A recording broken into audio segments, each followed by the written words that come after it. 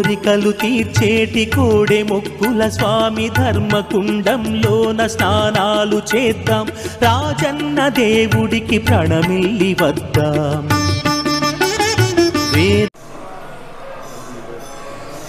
శివో నామ రూపాభ్యాం యా దేవి సర్వమంగళ తయో సంస్మరణాత్వంసాం సర్వతో జయమంగళం.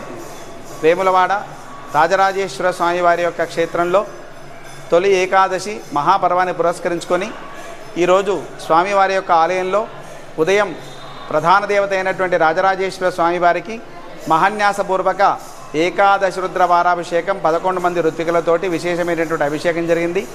అలాగే ఈ పర్వాన్ని పురస్కరించుకొని సాయంకాల వేళ విఠలేశ్వర స్వామివారి వద్ద మహాపూజ కార్యక్రమం ఉంటుంది. ఈ తొలి ఏకాదశి పర్వాన్ని పురస్కరించుకొని ఉదయం నుంచి రేపు ఉదయం వరకు అంటే 24 గంటల పాటు కూడా ఏకాదశి మహాపర్వకాలం కాబట్టి అఖండ భజన భగవన్నామ సంకీర్తన కార్యక్రమం నిరంతరాయంగా జరుగుతూ ఉంటుంది. కాబట్టి మనకు ప్రతి సంవత్సరంలో కొత్త సంవత్సరంలో తొలి ఏకాదశి మహాపర్వంతో మనకు పండుగలన్నీ కూడా ఆరంభమవుతాయి.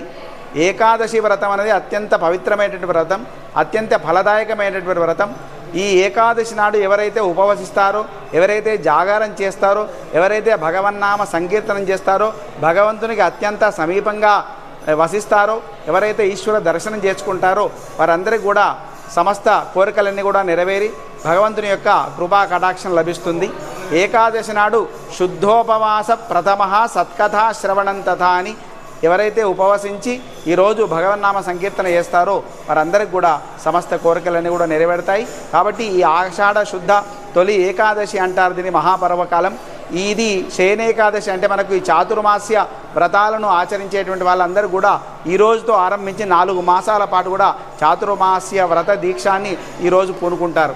మళ్ళీ కార్తీక శుద్ధ ఏకాదశి నాడు ఆ యొక్క వ్రతం సమాప్తం అవుతుంది. కాబట్టి అత్యంత పరమ పవిత్రమైనటువంటి రోజు స్వామివారిని విశేషించి భక్తులందరూ కూడా సందర్శించుకుంటున్నారు. స్వస్తి.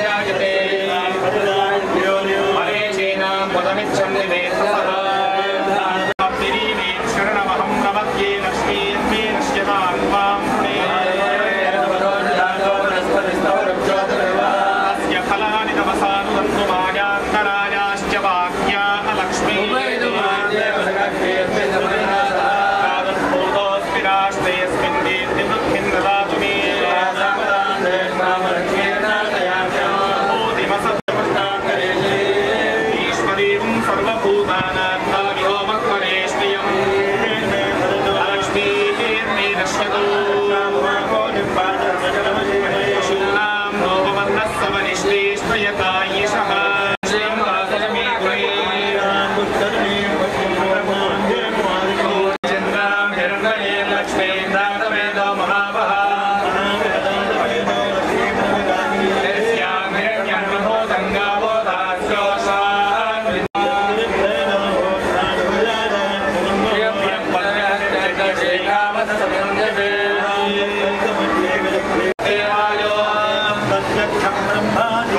प्रत्यक्षं ब्रह्म वदिष्यामि सत्यं वदिष्यामि वक्कारमवतु अवतु वक्कारम् शिन्न इन्द्रो बृहस्पतिः नमो ब्रह्मणे त्वमेव प्रत्यक्षं ब्रह्मास्यामि मामवतु अवतु माम् शीर्षाम्याख्यास्यामः